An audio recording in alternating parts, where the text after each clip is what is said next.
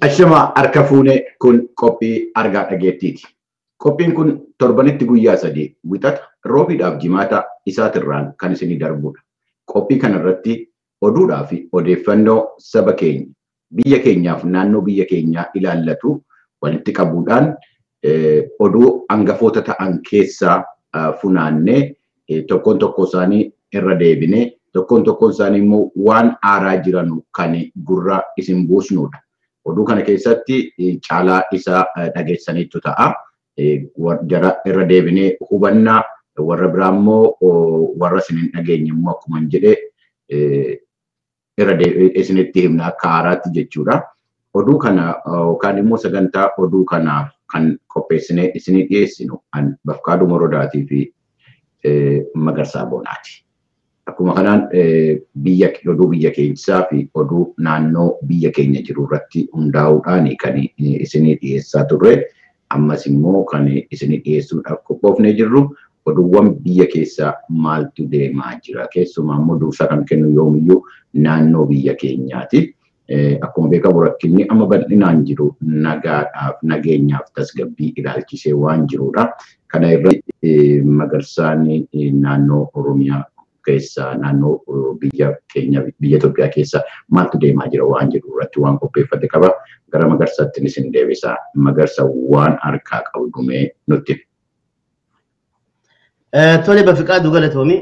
Ammaan tana yeroo jijjiiramaa waan taateef akkuma guyyuu maqaa nutti oduu hedduutu jira. Waa hedduutu jijjiirama guddaatu biyya keessatti dhalachaa jira. Karaa mootummaatiinis fi karaa bulchiinsa naannootii fi akkasuma karaa federaalaatiinis waa hedduutu deddeemaa jira. Keessattuu ammaan tana yaaddoon guddaan yeroo hedduu sagantaa argaa dhageettii irratti jala harriinii irratti mammareen dura guddaa waa'ee nagayaatii fi kana waan ta'eef gamasitti fuula deeffanna. Irra guddaan wanni nagaya irratti hedduu irratti yeroo irratti dabarsinus yoo nagayni jiraate misoomni jira, yoo nagayni jiraate guddinni jira, yoo nagayni jiraate dimokiraasii yaaddame san lafarratti miilaan gad dhaabbattee jechuudha. Maaliif yeroo jijjiirama waan ta'eef humniti akkuma mootummaanis jettuu fi akkuma gareen garaagaraa jettutti illee humniti ammaan tana jijjiirama kanaan feene rakkina adda addaa bakka garaagaraatti uumaa jiraachuudhaatu himamaa jira. Haaluma kanaan wal qabatee maasiin meeshaaleen waraanaa garaagaraa tan heeraan ala seeraan ala biyya keessa deddeemtus waan jirtuuf jecha wanni nagayaa barbaachisaadha jechuuf hin jiru. Arraan tana wanni hedduu yaaddoon guddoon jiru akkuma ammaan dura gaa namoonni hedduun qe'ee fi jireenya isaanii irraa daangaa Oromiyaa garaagaraa irraa buqqaanitti kan booddan kana naannoo Beenishaangul Gumuz Oromoonni buqqa'an hedduudha. Warri buqqeessan osoo qe'ee isaaniitti hin galin osoo bulchisi Oromiyaatii fi kan Beenishaangul Gumuz rakkoo sanii hin danda'in ammaas rakkoon dhawaataan guddachaa deemaatu jira. Odeeffannoon arraan tana jirtu naannoo Beenishaangul Gumuz ganda godinaa Kamaashii aanaa Yaazootti namoota naannoo sanitti dhokatanii rakkina adda addaa jala dhokatanii manneen garaagaraa keessatti dhokatanii jiran irratti hidhattoonni Beenishaangul Gumuz rakkina irratti hin gahu odeeffannoo hedduutu deemaa jira. Namoonni akkuma mana jiranitti isaanii mana keessa taa'u jiru itti seenuudhaan namoota maatii tokkoffaarraa maatii obbo Fayyisaa jedhaniirraa abbaa warraa haadha warraatii fi akkasuma ammallee ijoollee waliigala nama 8 fa'a ajjeefamuutu himamaa jira. Haaluma kana wal qabatee namoonni hedduun dhumuudhaa fi kana gabaasaa jiran mootummaan bulchiinsa naannoo Oromiyaatis itti gaafatamaan nagayaa waajjira nagayaa gaafannaan gaafii irratti odeeffannaa kana irratti namoonni ajjeefamuun dhugaadha garuu lakkoofsa nama ajjeefamanii hagani jennee amma dura qulqulleeffannee addaan hin baafanne oduu jettutu jira. Rakkoon tun irra guddaa akka jiraattonni manatti kan dhalatte guyyaa kaleessaa galgala namoota hedduu bakka takkatti jiraatan irratti tarkaanfiin gara jabeenyaa fudhachuudhaatu himama. Namoonni tarkaanfii irratti fudhatante ammaan tana keessatti namoota akka oduu irratti miidiyaalee garaagaraa miidiyaa irratti amma irraa himamaa jirutti namoota dhala Oromoo ta'e irratti tarkaanfii akka fudhatanii fi walumaa galattuu jiraattonni lubbuun jalaa bahan akka himanitti naannoo bulchiinsa Beenishaangul Gumuz irraa akka nurraa yaatan jechuudhaan himaniiti jiranii odeeffannoo garaagaraa irratti akka hedduu himamaa jirutti namoota ammaaf tilmaamni isaanii Oromoota naannoo sun jiru irratti tarkaanfii qabatanii fi namoonni dhala Amaaraalleen haala kanarratti ragaa bahaa jiran akka isaan rakkina kanarratti bahaa jiran. bulchiinsa naannoo Beenishaangul Gumuziin oduun akka himanitti rakkoo tana namni gareen rakkina kana uumte waraana bilisummaa Oromoo kan fincileetiitu rakkina kana uumaa jira jechuudhaan hogganoonni Beenishaangul Gumuz ibsaniiti jiranii. Haa ta'u kanarratti miidiyaa irratti haala kana adda baafachuudhaaf miidiyaaleen garaagaraa hayyu duree adda bilisummaa Oromoo Daawit Ibsaa qunnamuudhaan miidiyaaleen isaan qunnaman akka himanitti akka obbo Daawit Ibsaa jedhanitti humna garee jijjiirama hin barbaanne jijjiirama kana dura dhaabbatuu fi mootummaan tun akka miidhaan hin dhaabbanne barbaadu malee maqaa badii yakka waraana bilisummaa Oromoo irratti kennuudha malee kuni humna garee naannoo sanatti ifiifuu naannoo godinaa Kamishee keessatti if jaartee leenjii waraanaa fa'aa fudhatteetu jira.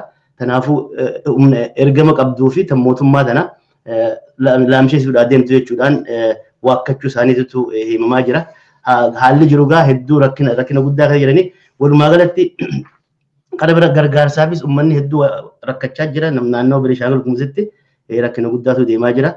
Haala kanaan wal qabatee guyyaa har'aan tana rakkoo naannoo kanaa irratti iyyachuudhaan hiriirri magaalaa Dambidollootti Yuunivarsiitii Dambidollootii fi barattoota Yuunivarsiitii Dambidollootii fi akkasuma barattoota sadarkaa lammaffaa Dambidolloo jiraniin hiriirri guddaan har'aan tana gaggeeffameeti oole.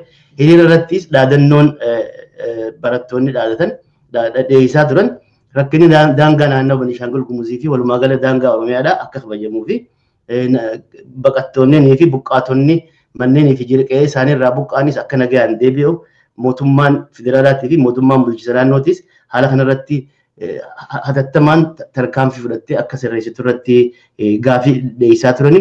Akkasuma ammallee bulchaa naannawaa sanii aadde Adaanesh Tasfaayee akka himtetti gaafiin barattoonni gaafatan gaafuma mootummaan naannoo Oromiyaadhaa irratti mari'achaa ture jechuudhaan isilleen ibsa kenniteetu isaan nuudhaatutu himamaa jira. Haalli jiru hedduu yaaddeessaadha naannoo Beenishaangul Gumuzaniin hidhattoonni yeroo garaagaraa irratti takka daangaa Oromiyaa qaxxaamuruudhaan akkasuma ammallee namoota naannoo sanitti dahatee dhokatee jiru irratti tarkaanfii gara jabeenyaa fudhachuudhaatu himamaa jira. Karaa biraatiin oduun gaariin nama gammachiiftu haala kana laalchisee lammiilee naannoo Beenishaangul Gumuzirraa buqqaafamaniif guyyaa har'aa jechuudha. Dargaggoonni bulchiinsa naannoo magaalaa Finfinnee jiran magaalaa Addis Katamaatii fi waldaan misooma Oromiyaatii fi waldaan dargaggoota Oromiyaa kutaalee bulchiinsa magaalaa Finfinnee abbootiin qabeenyaatii fi dhaabbileen gargaarsaa deeggarsa cimaa meeshaaleetii fi qarshii miliyoona takkaa fi tuqaa shan itti herregamu naannoo buqqaatota naannoo gumaachuudhaan karaa magaalaa Naqamteetti wanni gammachuu qabdu karaa kanaan haala biraatiin ammaasiin haalli daangaa kanaa wajjii wal qabatee rakkoo jirtu wajjii qabatee akkuma ammaan dura dubbachaa turretti gabaasaa turretti naannoonni magaalaa Moyyaaleedhaa tammaas rakkina jeeqama guddaa kan jirtu magaalaa Moyyaaleeti. Magaalaa Moyyaaleetti akkuma beekamutti rakkina dhiheenya kanarratti sababa lolaatiin walitti bu'insaatiin uumameen kan ka'e namoonni qe'ee fi jireenya isaaniirraa hedduu ganda akkuma amma dura dubbannetti ganda 12 keessa namoonni 70,000 ol akka manarraa buqqaafamanii jiraniitu himamaa jira. Namoonni hedduunis ajjeefamuu gabaasaa turre. Har'aan tana wanni haalee naannoo san jirtu guyyaa haleessaarraa eegalee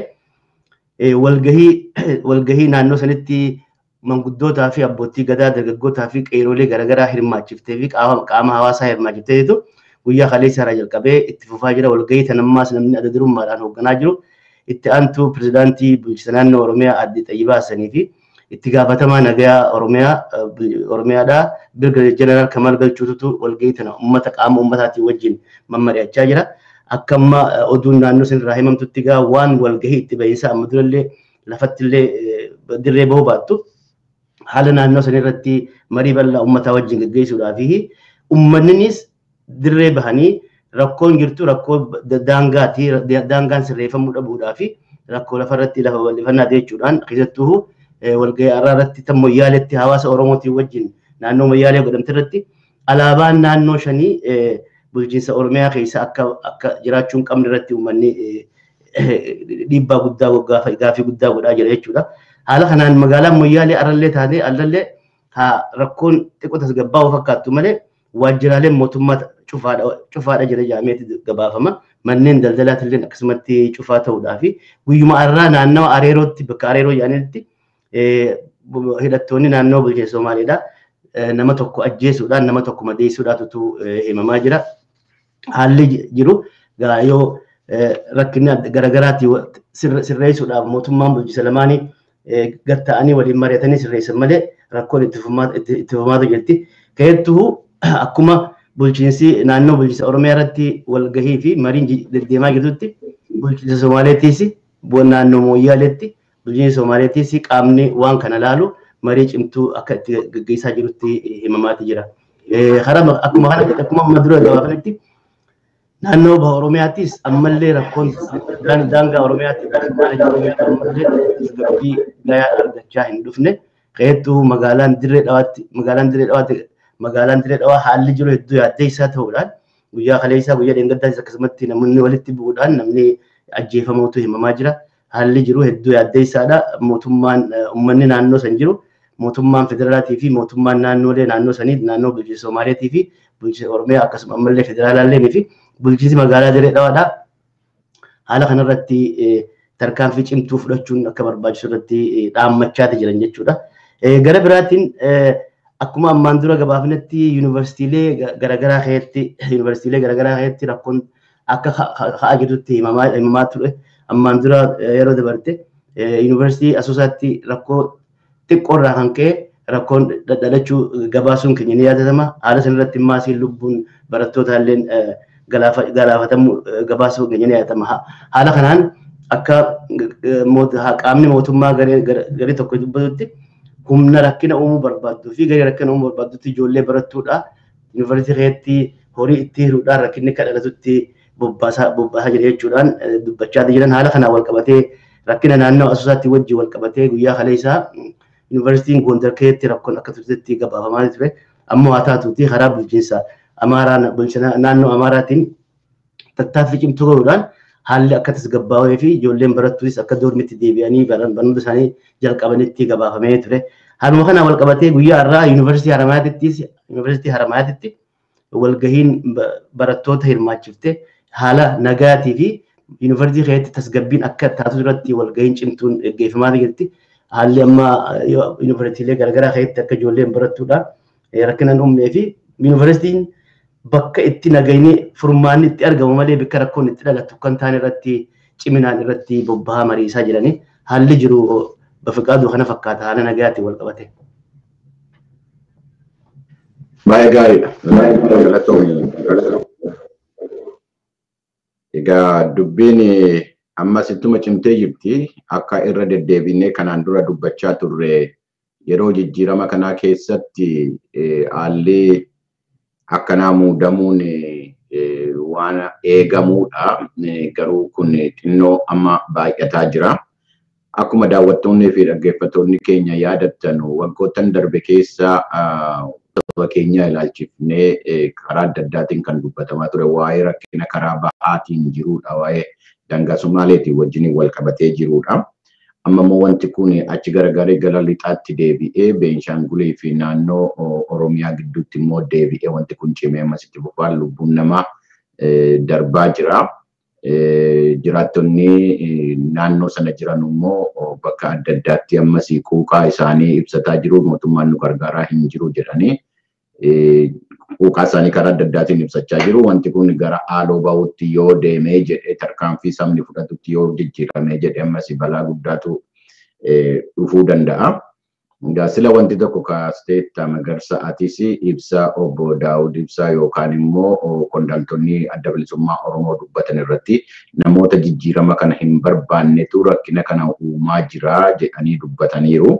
Akkuma beekamu kanaan dura mootummaa isa Abdii Ileetiin hoogganamu sana mootummaa naannoo Sumaaleetii fi warra paartii TPLF gidduu jiru walitti dhufeenyi jara gidduu jiru baay'ee cimaadha. Abdii Ilee achirra ka'uudhaaf liyyuu poolisiin naannoo sanaa diigamuu isaatii fi kan caalaa quuqaman kan caalaa dhukkubsataa turan warra deeggartoota TPLFitti kana gochaa turani. Ammas waraana liyyuu poolisii achirraa bittinnaa'ee hidhatee bakka adda addaa jiru kana keessa harki warra alaa yookaan immoo qaama sadaffaa hin jiru jechuun hin danda'amu. Isa alaattuu hin ta'in biyyuma keessaayyuu Akkuma kanaan immoo yoo yaadattu ta'e yeroo tokko bulchaan amma naannoo Tigraay bulchaa turan dura ta'an TPLF gadi ba'anii waa'ee Beenishaangulii fi waa'ee dhaaba isaanii gaafa dubbatanu warri Beenishaangulii TPLF maal jettee jedhanii nu dhaggeeffatu kamiin iyyuu caalaa nu dhaggeeffatu waan nu jenne waan nu yaanne hojjetu jedhanii walitti dhufeenyi jara akkam akka ta'e ammam harka akka keessaa qabanu miidiyaa irratti ibsanii turani. Ammas taanaan egaa jara kana wajjiniin warri jijjiirama biyya sana keessatti deemaa jiru hin barbaanne adda bilisummaa Oromootii fi mootummaa walitti buusuudhaani waa tokko bu'aa irraa argachuu hin dandeenye jedhanii hin yaadu ta'a. Kanaafuu karaa Beenishaangulis rakkinni akkana warra biraatiin warra fedhii adda addaa qaban wajjiniin wal qabatee keessa ta'uu danda'a. Amma danda'ametti karaa adda addaatiin tasgabbii yookaan obsiin barbaachisa. Amma tokkotti dal'ananii haariidhaan waan hin taane keessa galanii keessumaa dargaggoonni balaa cimaa fiduu irraa amma tokko of qusachuunis barbaachisaadha. Mootummaanis egaa saba kana ittisuudhaa fi mootummaan federaalaa akkuma beekamu itti gaafatamummaan isaa saba hundaa fi Beenishaangulis Oromoof Sumaaleedhaa fi saba biraatii fi garuu saba miidhamaa jiru bira dhaabbachuun immoo dirqama mootummaa naannoo Oromiyaas ta'uu qaba. Amma danda'ametti balaa caalaa fiduu irraa sabni akka of eeggatu dargaggoonnis akka tasgabbaa'anu gochuun gaariidha. Bulee oolee wanti kun hiikamaa deemaa gatii kaffalchiisuunsaa garuu waan hin oolleedha. Kanarratti ani kan karaa Sumaaleetiin akkati jettee mootummaan naannoo Sumaalee obbo Mustafaa Mahammadiin hoogganamu zoonii adda addaa keessa deemee rakkina amma deddeemaa jiru kana wajjiniin saba naannoo sanaatii wajjiniin dubbachaa jira. Akka gabaasni amma jiru dhageenyutti ammaatti gara naannoo zoonii 11 keessa deemanii haasa'aa jiru uummataa wajjiniin. Wanti kun gaariidha. Akkuma jennee kanaan dura dubbachaa turre irrallee dubbadhe liyyuu poolisiin mootummaa naannoo Sumaalee ture suni ammallee hidhatee caakkaa keessa bosona keessa kan jiru kun dhugaadha. Jara sana hiikkachiisuu tarkaanfii irratti fudhachuu waan akkana hin barbaachisa. Yoo nagaadhaan deebi'uu dhabaatanii tarkaanfii akkanaa fudhachuun hin barbaachisa. Kanaaf immoo dura saba qabachuun uummata jarra keessa dhokatee balaa akkanaa uumaa jiru wajjiniin wal quunnamanii waliin mari'achuun furmaata isa duraati. Egaa kanuma kanan itti dabaluu barbaadu yuunivarsiitota keessattis wanti godhamaa jiru rakkinuma biyya sana keessa jiru jijjiirama kanaan wal qabatee rakkinuma jiru waan wal qabateedha. Kun akkana duris jira. Garuu yeroo jijjiirama kana mootinnoo itti caalaa deemaa. Wanti kun waan beekamuudha. Akkuma sila kaasne tasgabbiidhaan deemuu barbaachisa. Mootummaanis sabnis yeroo ammaa kana keessatti warri miidiyaallee konfliktiin adda addaa walitti bu'iinsa adda addaa gaafa biyya keessatti dhalatee jedhu akkaataan itti gabaasamu jira akka qaba.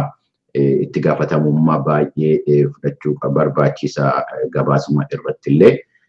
Waan jiru isinitti himnaa kun akkana ta'eera kun achiin ta'eera jennee isinitti himuudhumaa fi murtii keessa hin gallu. Kuni hojii miidiyaas miti. Kanuma gaa kanani dabaluu barbaadu isa gara naannoo keenyaa jiru naannoo biyya keenyaa keessa maaltu deemaa jira waan jedhu irratti hin deemini. Magarsa wanti ati dabaltu wanti ati yaadatti yoo jiraatte sitti hin deebi'a. Tole Bafiqaaduu tole wanni xiqqoo itti dabaluu barbaadu rakkoon tuni ammas taanaan qaama bulchiinsa biyyaa federaalaatii irraa illee dho'isaadhaa miti. Akkuma beekamutti guyyaa kaleessaa teessuma paarlaamaa biyyaa mana marii paarlaamaa irratti teessee irratti gaheettuu muudamuu adde Burtukaan Miidhagsaa boordii filannootiin muudamte irratti gaaffii deebisaa jirtu irratti miseensi mana paarlaamaa tokko gaaffii dhiyeessee ture. Dhumiinsaa fi buqqa'uu fi ajjeechaa naannawaa keessattuu Wallagga naannawaa daangaa Beenishaangul Gumuz kan akkamitti ilaalama muummee ministeeraa gaaffii dhiyeessaniitiif turani.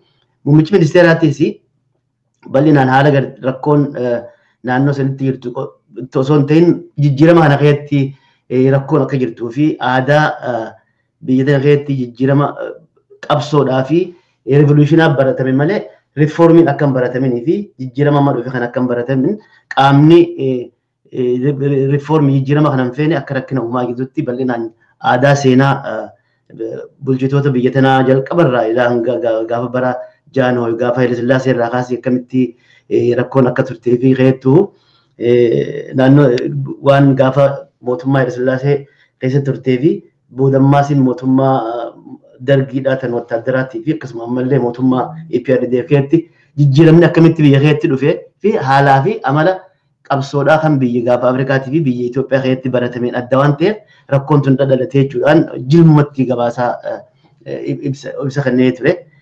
Jechuun rakkoon amma daangarattii fi rakkoon naannoo bakka adda addaatti amma deemaa jirtuni walumaa galatti mootummaa federaalaatii irraa dhoohisaadhaa miti jechuun irratti dabaluu barbaade garuu yeroo rakkoon dhalattee qofa rakkoo san wallaanuu osoo hin taane hundeedhaan akka rakkoon sanii akka turatti irratti hojjechuun waa hunda caalaa barbaachisaadha. Nagayaatu waa hunda caalaa barbaachisaadha. Agarmaan irratti dabaluu barbaade. Galatoomii Magariisa daawwattootaaf dhaggeeffattoota keenya sagantaa kanarratti oduudhaaf odeeffannoo biyya keessaa irraa darbinee immoo naannoo biyya keenyaa maaltu deemaa jira waan jedhu yeroo adda addaa isinii dhiyeessina. Sababa isaas irra deddeebinee isinitti himneerra. Ollaan waa'ee ollaa keenyaa beekuu qabna. Akkamitti bulee akkamitti oolee manni ollaa keenyaa inaaramoo inaaruu ollaan keenya wacaa jira taphachaa jira moo callisee jira waan jedhu kana yoo callise maaliif callise nagaa miti jenna yoo waces immoo maaliif wacuu rakkina maaliif jira maal jenna wanti ollaa keenya irratti ga'u immoo gara keenyatti mana keenyatti yoo dhufe abiddi mana ollaa irratti qabachaa jiru mana keenya akka inni gubuu danda'us yaaduu waan qabnuudhaaf ollaa keenya keessatti maaltu deemaa jira wanti gaariin ollaa keenya keessa jiru irraa immoo bu'aa maalii argannaa abdii maaliitu jira waan jedhu ilaaluudhaaf beekuu waan nu barbaachisuu fi guyyaa guyyaadhaan ollaa keenya keessatti maaltu deemaa jira maaltu ta'aa jira waan jedhanu keessaa waan ijoo ta'an fudhanneetuyyuu gurra isin buufna. Akkuma kanaan egaa har'a caalaa isaatti kan fudhan waa'ee Sumaaleedhaa fi Sudaaniin keessatti Sudaan kibba keessatti waan ta'aa jiru dubbachuu yaalla. Isaan dura garuu egaa jijjiirama naannoo sanatti godhamaa jiru walitti bu'iinsa naannoo sanatti godhamaa jiru biyyoota yookaan saba naannoo sanaa duwwaa miti kan inni hawwachaa jiru kan yaachisaa jiru biyyoota illee fagoo jiranuu fi kallattiidhaaf alkallattiidhaan achirratti fedhii qaban intarestii qabanullee yaachisaa jira wanti kuni. Kana keessaa egaa biyyi Ameerikaa biyya tokkodha. Naannoo sanarratti bakki sun bakka istiraateejiitii bakka durumaa jalqabanii waan sanarratti bara isa Cold War jedhamu jalqabee isaan duraallee jalqabee naannoo sanarratti xiyyeeffannoo gochaa turanii ammas immoo caala wal dorgommiin addunyaa kanarratti deemaa jiru biyyoota sooromanii biyyoota dureessa ta'anii wajjiniin wal dorgommiin godhamaa jiru kunillee ammallee naannoo sanarratti akka jarri xiyyeeffatanu gochaa jira. Kanumaaf egaa haalli yeroo ammaa biyya gaanfa Afrikaa sana keessatti deemaa jiru maal fakkaata? Akkamittiyyuu intarestii jaraa fedhii warra biyyoota dureeyyanii kana tuquu danda'a? Akkamitti immoo sana eeggachuu danda'u intarestii jaraa achi keessatti eeggachuu danda'u wanti jedhu barbaachisaadha. Kanaafuu biyyoottan naannoo sana jiran wajjiniin walitti dhufeenya uumuu hin barbaadu biyyoota tasgabba'anii wajjin walitti dhufeenya uumuu hin barbaadu irratti hojjetaa jiru kanas. Kanaaf egaa mootummaan Ameerikaa qondaala ishee tokko dhiyeenya kana gara gaanfa Afrikaatti erguudhaaf deemti. Namni Tiiboor Naaj jedhamu kun itti gaafatamaa Afrikaati kutaa ministeera dhimma alaa Ameerikaa keessatti itti gaafatamaa dhimma Afrikaati. Namni kun gaafa 27 jalqabee amma muddee 8tti biyyootan Afrikaa naannoo sana jiran 4 keessatti daawwannoo gochuudhaaf deemu. Kunis Itoophiyaa, Jibutiidhaa fi Eertiraadha. Achii darbee namni kun gara Jarmanitti deemu. Maayinni wanti jarrachi keessaa godhu maaliif amma wanti kun barbaachisu waan haaraa miti yeroo adda addaa deddeemaniitu dubbatu waanuma kana irratti inni amma maayinni sababni jarraa jedhu akka dippiloomaasiitti ilaallu wanti jarri deemuuf waa adda addaadha. Wanti fuulleetti bahee dubbatamu immoo irra dibaan immoo waan biraati yeroo kamiyyuu kun tapha dippiloomaasii keessa jirudha. Akka ifatti himametti nagadaa fi walitti dhufeenya biyyoota sanaatiif Ameerikaa irratti waan dubbatamudha. Nageenyaa fi tasgabbii irratti dubbanna waan jedhanudha. Keessumaa wanti jarri hamma kaasee oduu jaraa irratti dubbataa jiru waa'ee nageenyaas tasgabbii wal qabatee wanti jarri jechaa jiru maayinni dargaggoota qeerroo Afrikaa irratti investii gochuu qabna waan jedhanu yaada haaraa fudhatanii dhufaniiru amma. Maayinni kana kan jarratti mul'ise jijjiirama amma naannoo sanatti godhamaa jiru keessumaa biyya Itoophiyaa sana keessatti amma dhalachaa jiru. Kanaaf kan hundee ta'e kan sochoose akka mootorii ta'ee sochoose dargaggoota. Fuuldureen immoo egereen biyya sanaas immoo dargaggoota kan harka jira. Kanaa jedhaniitu jarri kunillee sochiin dargaggoonni biyya keenya keessatti qeerroon biyya keenya keessatti gochaa ture achi dheeratee jara kanallee akka jarri xiyyeeffannoo itti godhan waan dhiibee fakkaata. Kanaafuu dargaggeeyyii Afrikaa irratti dargaggeeyyiin Afrikaa nagaadhaa fi tasgabbii biyya Afrikaa yookaan naannoo sanaa irratti shoora jarri taphachuu danda'an irratti maal gochuu dandeenya akkamitti gargaarra akkamitti investii goona jedhaniitu deemaa jiru. Dargaggoonni Afrikaa, dargaggoonni biyya keenyaa, qeerroon biyya keenyaa jijjiirama fi humna guddaa akka ta'e jarri kun hubatanii yaalaa jiru. Humna kana jabeessuudhaaf deemu moo humna kana laaffisuudhaaf deemu moo wanti jedhamu hin beeknu garuu xiyyeeffannaa guddaa godhanii waa'ee dargaggootaa irratti dubbachuudhaaf egaa kana walitti warra biizinasii kana warra abbaa qabeenyaa duudaa jaraanis haasa'uu hin barbaadu. Akkuma kanaan immoo hoggantoota warra dargaggeessa ta'anii kana warra dargaggoota kana immoo sosochoosaa jiran wajjiniin haasa'uus hin barbaadu jedhaniitu dubbatamaa jira.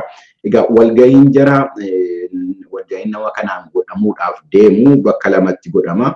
Finfinnee keessatti warra gamtaa Afrikaati wajjiniin qondaaltota gamtaa Afrikaati wajjiniin hin mari'atu hin haasa'u jedhaniiru. Maayinni wanta haaraan jarri irratti haasa'u tartiibaan wanti ibsame hin jiru. Inuma haasa'u haala naannoo sana irratti jedhameetu.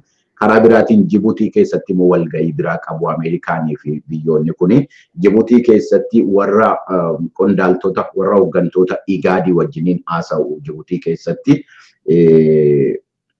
maaltu ta'uu qaba dhimma naannoo sanarratti idaagee Sumaalee laallatee Sudaan kibbaa laallatee amma shoora guddaa taphachaa jira. Jibuutii keessatti immoo wanti kun ta'uunsa ammas naannoo Jibuutiitii fi Eertiraa gidduu Sumaalee gidduu haalli jiru hin beekama. Achi keessattis wanti kun akkaataan itti dubbatamu hin jiraata ta'a. Akkuma beekamu irra deddeebinee dubbanneerra Ameerikaan naannoo sanarraa waraana qabdi. Jibuutii irraa gara 4,000 akkasiin qabdu irra deddeebinee gidduu kana dubbachaa turre. Kanaammoo waraanni kun akkamitti waraana naannoo Afrikaarraa biyyoota Afrikaarraa addaan walitti bu'anii kana wajjin akkamitti hojjechuu danda'a. Akkamitti nageenya naannoo sanaatiif akkamitti immoo fedhii intarestii biyyoota biraatiif Ameerikaaf wajjin hojjechuu danda'a waan jedhu irratti akka mari'atanu qondaaltota igaadii wajjin akka mari'atanu kan dubbatame. Achiis deebi'ee namni kun gara Stuttgart Jarmanitti deemu. Jarmaniin deemanii immoo achi warri waraanni Ameerikaa ajajni Ameerikaa Afrikaan Command jedhamu kuni waa'ee dhimma sana irratti kan jarri Jarman keessatti dubbachuudhaaf deemu.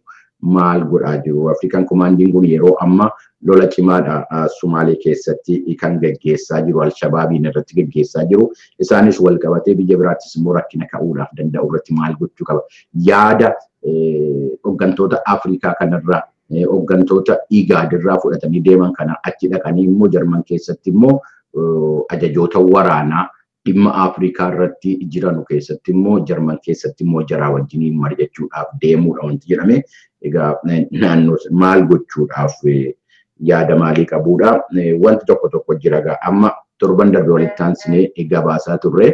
Ameerikaan gidduu kana walitti aansitee Somaalee keessatti haleellaa xiyyaaraa gochaa jirti. Keessumaa Alshabaab irratti jettee amma guyyaa sadaffaadhaan torban tokko keessatti walitti aansanii rukutaa jiru, haleellaa gochaa jiru. Torban gaddaa gara Somaaliyaa kibbaa keessatti godhanii iddoo lamatti haleellaa gooneeni nama yookaan loltoota Alshabaab 37 ajjeefneerra jedhanii achi immoo deebi'anii guyyaa isa itti immoo walakkeessa Somaalee keessattis akkanuma immoo haleellaa gooneen Alshabaabiin 7 ajjeefneerra jedhanii amma immoo kaleessa immoo dhufanii gara baha kaabaa Somaalee keessattis immoo akkanuma goonee Alshabaabii 6 ajjeefneerra jedhanii walitti aansaniitu amma xiyyaaraan haleellaan jarri gochaa jiru kun mul'achaa jiru. Kanaan dura kana walitti aansanii waan akkanaa hin goone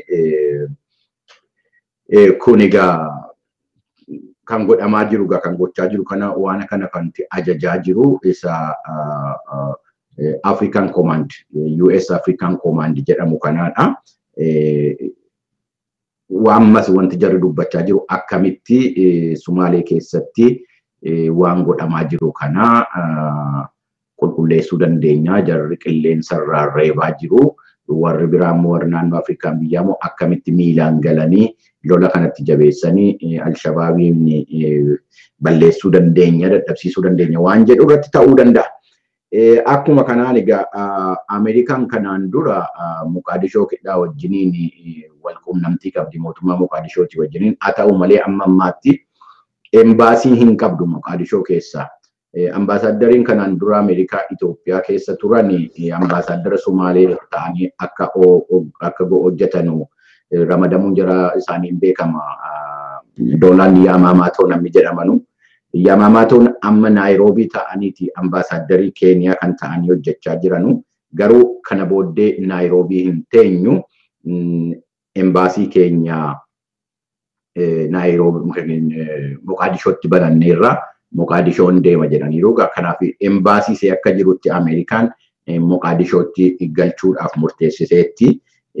Kun eega kana goote immoo ammas intarastii biyya see dippiloomaata see achitti ergitu namoota see hunda achitti ergitu nageenya jaraa eeguudhaaf caala humna cimaa achirratti bobbaasuu barbaaddi waraanas ta'uu danda'a kuni. Akkuma kanaan kana gochaa jiru poolisii adda addaa immoo poolisoota ammaatti poolisoota baay'ee warri gamtaan Afrikaa kun leenjisaa jira. Amma gidduu kana ga'uun jirutti gara kutaa biyya Somaalee Shabalee keessa duwwaatti gara poolisoota 800 leenjisaa fi jiru mootummaa Somaaleetii fi mootummaan Mahammad Abdullahi yookaan Formaajoo kun baay'ee carra qabeessa. Poolisii jaraas kan leenjisuu fi warra biraatii waraana biyya biraatii kan eegu jarri wanti godhu baasu hin jiru gaa. Kanatu jira naannoo sanarratti karaa Somaaleetiin yoo ilaalle harki biyyoota alaa kun baay'ee dheerachaa jira. Alshabaab irratti tarkaanfii akkanaa fudhachuudhaaf cimaa fudhachuudhaaf waan deemaa jiran fakkaata. Karaa biraatiin kanarra deemnee haasofnu amma Sudaan Kibbaati. Sudaan Kibbaa keessatti waa'ee nageenyaa fi tasgabbii uumuu irratti irra deddeebinee isinitti haasa'aa turre wanti amma immoo maaltu dabalataan jira waan jiru. Jarri kun xinnoo walitti araaramaniiru warri kanaan dura wal lolaa turanii walitti araaramanii aangoo siin qooddanna jedhanii jiru. Aangoo kana garuu qooddachuu irratti ammas taanaan wal gaarreeffachuun baay'ee jira. wal gaarreeffachaa jiru. Wanti kun deebi'ee boora'uunsa hin oolu wanti jedhamutu jira. Sodaa qabu biyyoonni adda addaa, biyyoonni naannoo sodaa qabu. Kanaafi humna nageenya argame kana caalaa eegsisuu danda'u achirratti dabaluu qabna jedhanii walii galaniiru. Akkuma kanaan gidduu kana qondaaltonni waraanaa biyyoota naannoo sanaa Finfinnee keessatti walgahii irra turan. Ji'a kana keessa ji'a sadaasaa kana 19 jalqabee amma 22tti Finfinnee keessatti walgahii gochaa turan. Walgahii kana irratti wanti jarri irra gahe maanni biyyoonni Afrikaa 5 biyyoonni naannoo sanaa 5 waraana dabalataa akka walitti buusanii Sudaan Kibbaa keessatti ramadamuudha. Akka waliigaltee jaraatti waraana 1,600 itti dabalataan buusanii Sudaan Kibbaa keessatti bobbaasuudhaaf walii galaniiru. Biyyoonni kun 5 Ugaandaa, Keeniyaa, Sudaan, Jibutiidhaa fi Sumaaleedha. Jarri kun waraanatti dabaluudhaaf deemu. Keeniyaan kana keessatti ammatti dabalamteetti. Akkuma beekamu kanaan dura Keeniyaan humna nagaa eegsisaa biyya Sudaan Kibbaa keessa jiru keessatti qooda fudhachaa turte. Garuu 2016 jalqabdee achi keessaa baateetti. Maaliif humni United Nations mootummoota gamtoomanii ajajaa waraanaa ajajaa naannoo sana jiru lammii Keeniyaa kan ta'e waan ari'ateedhaa fi mootummaan Keeniyaa dal'anee achi keessaa baaneera nagaa eegsisuu keessaa baaneera jedhee bahee ture. Ammatti deebi'aniiru. Keeniyaan itti deebiteetti dhimma Sudaan Kibbaa keessatti Keeniyaanis harka galfachaa jirti. Akkuma waliigalaatti yeroo amma nagaa eegsisuudhaaf United Nations jalatti mootummoota gamtoomanii jalatti waraanni bakka adda addaa Sudaan Kibbaa keessa jiru gara 14,500 ta'a. Isa irratti gaanni dabalatatti kennaa jiranu. Egaa nagaa kanaan eegsisuudhaaf kan barbaadamaa jiru achi keessatti waraanni itti dabalamaatuma jira. Maalni jarri kun kan jedhan egaa warra sibiilii ta'anii eeguu qabna, nageenya jaraa eeguu qabna jechuudha. Walitti dhufeenya yookaan waliigaltee mootummaa Sudaanii fi Sudaan Kibbaatii fi mormitoota wajjiniin godhame sana immoo bakkaan gahuudhaa fi fiixaan baasuudhaa fi eegumsa gochuu qabnaadha wanti jarri jedhu. Egaa kanatti aansee yoo nageenyi jiraate biyya tokko keessatti diinagdeen jira, waan guddinni jira, waan lafa keessaa qabanullee kan akka albuudaa, kan akka boba'aa kana baasanii itti fayyadamuudhaaf nageenyi jiraachuu qaba. Yoo nageenyi hin jirre homtuu hin jiru. Kan ammoo waggaa lamman darban keessatti Sudaan Kibbaa keessatti waan godha biyyi sun gaazii lafa keessaa boba'aa zayitii boba'aa baay'ee qabdi. Afrikaa keessaa sadarkaa sadaffaarra biyya jirtuudha qabeenya boba'aa lafa keessa jiru kanaan. Ittuu wanti kun achi keessaa ba'ee hojiirra oolee biyyi sun biyya xinnoodha namni baay'ina hin qabu. Ittuu waliigalteen jiraatee tasgabbiin jiraatee nagaan jiraatee waan sanattuu baasanii itti fayyadamanii biyya sanaaf gaarii ture. Lola sanaan duratti guyyaatti gara zayitii baarmeelii 3,550 baasuu danda'u turani. Kun waan guddaadha.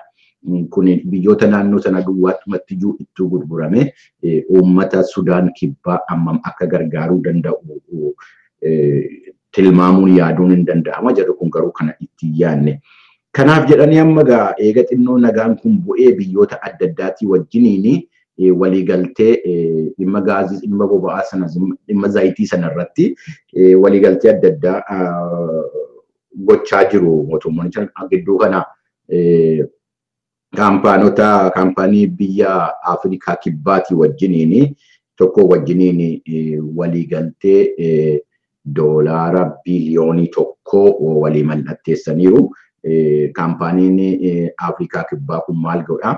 Isa bakka gaaziitti calalamu rifaayineerii jedhamu kana gaazii sana calaluudhaaf jikita isaa calan. Amma ammaatti Sudaan Kibbaa xinnoormayyuu karaa Sudaaniin ergaa kan jirtu jikita gaazii sanaati. Maaliif waan ittiin calalanu hin qabanu, warshaa hin qabanu jechuudha. Kanaafuu warshaa akka ijaaruudhaaf kaampaaniin Afrikaa Kibbaa kun kan waliigaltee itti uume. Akkuma kanammoo ujummoo gaaziin kun keessa deemee gara buufata dooniitti gara poortii adda addaatti ittiin deemu immoo kuni gara Sudaan kaabaatti ta'uu danda'a. Maaltu beeka asis immoo gara Itoophiyaatti gara Gambeellaatti achi gara Keeniyaatti gara Ugaandaatti ujummoo adda addaa ijaaranii achi erguun ni danda'ama. Kuni nuufis hin gargaara. Yoo amma gaaziin achi keessaa baay'inaan ba'ee Ugaandaadhaa fi naannoo Sudaan kibbaatii fi Gambeella gidduu karaan baay'ee gabaabaadha. Jubbaadhaaf Gambeella gidduutti. Ammoo Gambeellaatti iyyuu ujummoo galchanii gaaziin kun gara Gambeellaa yoo dhufe jedhe yoo xinnaate fedhii naannoo lixa Itoophiyaa sana akka jirutti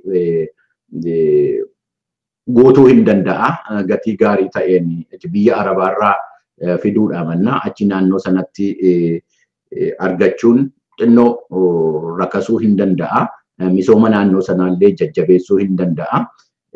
Kuni karaa tokkoon waan gaariidha. Biyya keessa sana keessa nagaa amma kan keenya arganne kan keenyatti fayyadamnutti Gambeella keessaa amma dandee gaazii keenya baafnutti Sumaalee keessaa amma gaaziin ba'ee biyya sana fayyadamutti biyya ollaarraa gatii rakkasaatiin argachuun gaariidha. Hojii adda addaallee namaaf uumuu danda'a. Jireenya namaa xinnoo salphisuu danda'a. Jireenyi yeroo ammaa teknooloojii irratti kan hundaa'ee jiru. Kanaafuu naannoo sanatti nageenya argamuun gaariidha. Egaa amma yoo rifaayineriin kun ijaaramee dhumee jedhee Sudaan kibbaa guyyaatti tilmaamni jira. Gaazii yookaan zayitii calalame, zayitii boba'aa calalame guyyaatti baarmeelii 60,000 oomishna jedhanii qaban. Kun waan salphaa miti biyya xinnoo sanaaf jechuudha. Biyya sana keessatti lafti wanti jarri qabu potenshaaliin lafa keessaa jarri qabu gara biliyoonii 3 fi biliyoonii 5 ol zayitii lafa keessaa qabu biyyi sun waan guddaadha. Afrikaa keessaa sadaffaadha. Kanatti fayyadamuu barbaachisaa. Kanaaf jedhanii biyyoota adda addaa keessatti galchaa jiru namoota adda addaa waggaa 10f taaksiin kaffaltanuu kottaati gaazii kana nuu baasaa faasiliteetii nuu godhaa akkamitti akka gabaatti biyyatti gurguru jedhanii gochaa jiru gaa. Wanti gatii hunduma kana hin argatanu jarri warri gaazii baasuudhaaf deeman kuni yoo xinnaatee immoo yookaan harka 50 yookaan harka 75 jarumatu fudhata ammoo waggaa 10 tokko waggaa 5tti. Haa ta'u malee calluma jedhanii irra taa'uudha. Mannaa amma tokko warra humna qaban wajjiniin warra beekumsa qaban wajjiniin qooddatanii irraa fayyadamuunis waan tokko. Warra Afrikaa kibbaa duwwaa miti achi keessatti amma kan bobba'aa jiru. Warri Raashiyaallee achi keessaa harka qabu jarris boolla qotaa jiru. Chaayinaan harka keessaa qabdi boolla qotaa jiru. Kaampaaniin biyya Hindii tokko jiru jarris achi keessaa harka qabu. Kaampaaniin biyya Maaleeshiyaa jedhamtullee achi keessaa ammas harka qabu. Biyyoota adda addaatu achi keessatti amma Sudaan kibbaa sana irratti gaazii Sudaan kibbaa zayitii Sudaan kibbaa sana irratti bobba'aa jira. Egaa kun waan badaa miti. Ittuun nagaan jiraatee achi keessaa wanti kun piroojeektiin kun achi keessatti babal'atee jedhee nuufillee biyyoota naannoo sana jiran irratti kutaalee biyya keenya naannoo sana jiranuu fi bu'aa gaarii qaba. Nageenyi yoo jiraate guddaadha. Biyyi Itoophiyaas egaa yaalaa jirti keessumaa gara naannoo Ogaaden kana keessatti wanti godhamaa jiru achi keessa jira. Jikinni gaazii kan zayitii jalqabameera amma tokkos yeroo darbe dubbatameera. Dhimma nageenyaatiin wal qabateeti gurra keessa uumame keessumaa immoo humni bilisa baasaa uummata Ogaaden achi keessa naannoo sana waan socho'aa turee fi rakkoo cimaa uumaa ture. Yeroo ammaa jaraan wal ga'anii walii galanii waraanni jaraarlee warri kanaan dura jarri qabanullee biyyatti deebi'eera. Yeroo ammaa walii galtee uumame wajjiniin jara kanaa wajjin yoo nageenyi gaariin uumame jarri kunis illee stakeholderii ta'anii dhimma keenya kun kan keenya jedhanii waan kan irratti yoo bobba'anii nagaa eegsisuu irratti bu'aa achirraa argamu keessatti immoo bu'aa jarris yoo argatee keessatti hirmaatanii jedhanii achi keessaas waa tokko Itoophiyaanis yeroo dhiyoo keessatti gaazii mataasee qabaatti jedhameetu iyyuu abdatama. Kamiifiyyuu eega jalqabnee kan irratti dubbachaa jiru waa'ee nageenyaati. Nageenyi waa hundaafuyyuu barbaachisaadha. biyya ollaatii fi biyya keenyaafis nageenya biyya ollaa jiru nageenya keenya ta'a. Nageenya nu keessa biyya keenya keessa jiru immoo biyya ollaa keessa ta'a. Akkuma jirutti rakkinni kun bal'inaan jira. Bal'inni nageenya dhabuu kan irratti dubbachaa turre fuula duratti tasgabbaa jennee abdii qabna. Lammiin hundumtuu nageenyaaf nageenya mataa ofii fi mana ofiitiif ollaa ofiitiif biyya ofiitiif ta'uu irratti hundumtuu akka aarsaa kaffalu akka gatii kaffalu bakka jirutti akka beekumsa isaatti akka dandeettii isaatti yoo godhe nagaan dhufuu hin danda'a. Dagaaguunis badhaadhuunis hin danda'ama waan jedhuudha kan ammaa fi ani qabu. Magarsa waan amma dubbadhe irratti wanta dabalti yoo jiraate meetti dabaliiti dhaggeeffattootaaf daawwattoota keenya gadhiifna. Tole Bafiqaaduu bal'inaan kaafte dhuguma akka jettetti wanni murteessaan guddaan nagayni jiraatu boba'anii fi benziilii lafa jiru san hojiitti hiikama irra guddaa akkuma beekamutti warruma humna qabuu fi beekumsa qabuutu irraa hedduu parsantii guddaadhaan faayidaa. Akkasumallee ta'e yoo nageenyi naannoo Suudaan kibbaa jiraatee boba'aan san kan akkuma ta'e nu bahutaatu naannoo Suudaan kibbaatii fi hedduu baqattoota Suudaan kibbaa namoota kuma meeqatti lakkaa'amu kan lubbuu isaanii dhabee akkasuma ammallee baqara jiru saniif bu'aa guddaa kennaa fi abdii guddoodha jechuun barbaade. Hedduu amma akka ati ibsitetti sossoohinsi tattaaffiin ammaan tana Ameerikaan naannoo baha Afrikaatti itti godhaa jirtuu fi akkasuma ammallee qunnamtiin amma godhaa jirtu hedduu naannoo Somaaliyaatti jadeebisanii Al-Shabaab kana irratti harkaan fudhachuun isaan amma godhan kun hedduu waan guddinaa qabu fakkaata. Akkuma beekamutti egaa Ameerikaan imbaasii isii bara 1991 booda eegachirraa baaftee qunnamtiin isaanii duutee turte. Qunnamtii san deebisuudhaaf itti gaafatamaan ministeera hajaa alaa gaafa Joon Keeriin ture. Joon Keeriin Somaaliyaa dhaqee haala san irratti akka imbaasii isaanii naannoo kanatti deebisan eega inni isaanii wajji walii galee booda egaa dippiloomaasiin isaanii wayyaa deemaa jirti kun akkuma ammaatti dhabeessanitti Doonaald Maammaatoon kan marraa duraatiif kan Keeniyaa keessatti hojjechaa jiru. Maqdishootti akka dhuma amata kanaa duratti osoo amannoo kun hin dhumne duratti akka achirratti imbaasii isaanii jechuun sossoo isaanii achitti Maqdishootti geeffatan himaniiti jedhani. Wanni biraa ammaasiin akkuma ati reefu kaaftatti itti gaafatamaan ministeera hajaa alaa damee dhimma Afrikaa irratti itti gaafatamaan amma Tiiboor Naagiin bobbaan inni godhutuni bobbaa ammaan dura Doonaald Maammaatoon gaafa Eepiriil 2018 Eertiraa dhaqee Jibuutii dhaqee ichi booda Itoophiyaa dhaqee xumuratee deebi'een wal fakkaatti ammoo inni amma bal'ifatee Keeniyaatti dabalateeti akkasuma ammallee Jarman dhaquudhaaf sagantaa lafa kaayate sagantaa bal'oo lafa kaayate gaa'ee walumaa galatti bobbaan isaanii xiqqoo bal'oo fakkaatti kan mayyaan kanatti irra guddaa akkuma ati agarsiisanii qabsoo naannoo gaafa Afrikaa keessattuu qabsoo biyya Itoophiyaa keessatti amma dhufte tana dargaggoonni waan irratti wareegamanii jijjiirama guddaa fidaniif isaanis marii isaanii keessatti ammaa kana akka dargaggoota wajjin sagantaa qabanitti himamaa jira. Tanumaafuu egaa wanni guddaan akkuma jetteeti nageenya naannoo kanaattis gabboominaan guddinni jiraata haganuma irratti dabaluu barbaade Bafiqaaduu. Galatoomii Magarsa. Egaa daawwattootaa fi dhaggeeffattoota qophii argaa dhageetti waa'ee nagaatti dubbachaa turre isaan jalqabne waa'ee dhuma nagaatiin xumurre bakka jirtanutti nagaan isiniif abaayyatu amma dandeessanitti nageenya naannoo keessanii nageenya waloo keessanii eeguu irratti jabaadhaa. Waaqayyo waaqni Oromoo isin gargaaru waaqni guddaan isin gargaaru jenna. Sagantaa keenya har'aa asuma irratti xumuruudhaaf deemna. Gaafa wixataa immoo sagantaa biraa sagantaa kanaan oduu fi odeeffannoo addaatiin walitti deebina. Garuu gidduu kana immoo qophiin dhimma keenyaa jira. Beektotaa fi ogeessota keenya wajjiniin marii kan irratti goonuudha. Torban darbee irratti kan dubbachaa turre waa'ee malaammaltummaatiin wal qabatee waa'ee yakka namummaa irratti godhamaa jiru wal qabatee aangoo mootummaa federaalaatii fi mirgi mootummaa naannoo maal fakkaata waan jedhu dubbannee turre ogeessa seeraatii fi beekaa keenya Dr. Henook Gabbisaatii wajjiniin kutaa tokko ture inni isa irratti immoo itti daballee maaltu godhamaa jira keessumaa waa'ee naannoo Tigraayii fi mootummaa federaalaatiin wal qabatee maaltu ta'aa jira waan jedhu irratti mari'achuudhaaf hin deemne ta'a torbanuma kana keessa immoo isa isinii dhiyeessina jechuun qophii dhimma keenyaas isin eeggata qophii kanas hordofaa waa tokko irraa barachuu dandeessu waa tokko irraa hubachuu dandeessu